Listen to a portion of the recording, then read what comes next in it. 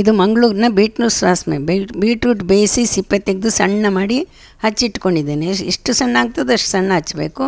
ಒಂದು ಪಾತ್ರೆಯಲ್ಲಿ ಹೋಳು ಹಾಕಿ ಅದು ಮುಳುಗಷ್ಟು ನೀರು ಹಾಕಿ ಅದನ್ನು ಕುದಿಲಿಕ್ಕೆ ಇಟ್ಕೊಂಡಿದ್ದೇನೆ. ಮಿಕ್ಸರ್ನಲ್ಲಿ ಸ್ವಲ್ಪ ಕಾಯಿ ಹಾಕಿ ಹುಣಸೆಹಣ್ಣಿನ ಗೊಜ್ಜು ಹಾಕಿ ಬ್ಯಾಡಿಗೆ ಮೆಣಸು ಸಾಸಿವೆ ಕಾಳು ಹಾಕಿ ಆಮೇಲೆ ಸ್ವಲ್ಪ ನೀರು ಹಾಕಿ ಅದನ್ನು ಸಣ್ಣ ಮಾಡಿ ಪ್ರೋಟೀನ್ ಹೆಚ್ಚಿಸಲು ಸ್ವಲ್ಪ ವಾಲ್ನಟ್ ಹಾಕಿ ಸಣ್ಣ ಮಾಡಿ ಹರ್ಕೊಂಡಿದ್ದೇನೆ. ಈಗ ನೋಡಿ ಒಲೆಯಲ್ಲಿ ಇಷ್ಟು ಕುದೀತಾ ಉಂಟು. 2 ಚಮಚ ಉಪ್ಪು ಹಾಕಿ ಬೇಕಾದಷ್ಟು ಉಪ್ಪು ಹಾಕಿ ಅದನ್ನು ಸ್ವಲ್ಪ ಸರಿಯಾಗಿ ಮಗ್ಚಿ ನಾವು ಅರ್ಧದ ಮಸಾಲೆ ಸಣ್ಣ ಅರ್ಧದನ್ನು ಅದರೊಟ್ಟಿಗೆ ಹಾಕಿ ಆಮೇಲೆ ಬೇಕಾದಷ್ಟು ನೀರು ಹಾಕಿ ಸರಿಯಾಗಿ ಮಗ್ಚಿ ಒಂದು ಕುದಿ ಬರೆಸಿಟ್ಬಿಟ್ರೆ ನಮ್ಮದು ಸಾಸ್ಮೆ ರೆಡಿ.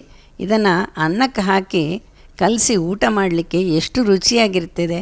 ಬೇರೆ ಬೇರೆ ರೀತಿಯ ತರಕಾರಿಯಿಂದ ಸಹ ನಾವು ಸಾಸ್ಮೆ ಮಾಡ್ಬೋದು. ಭಾಳ ರುಚಿಯಾಗಿರ್ತದೆ. ನೀವು ಮಾಡಿ ನೋಡಿ, ಭಾಳ ರುಚಿಯಾಗಿರ್ತದೆ. ತಿಂದು ನೋಡಿ. ನನಗೆ ಹೇಗೆ ಆಗಿದೆ ಅಂತ ಹೇಳಬೇಕು.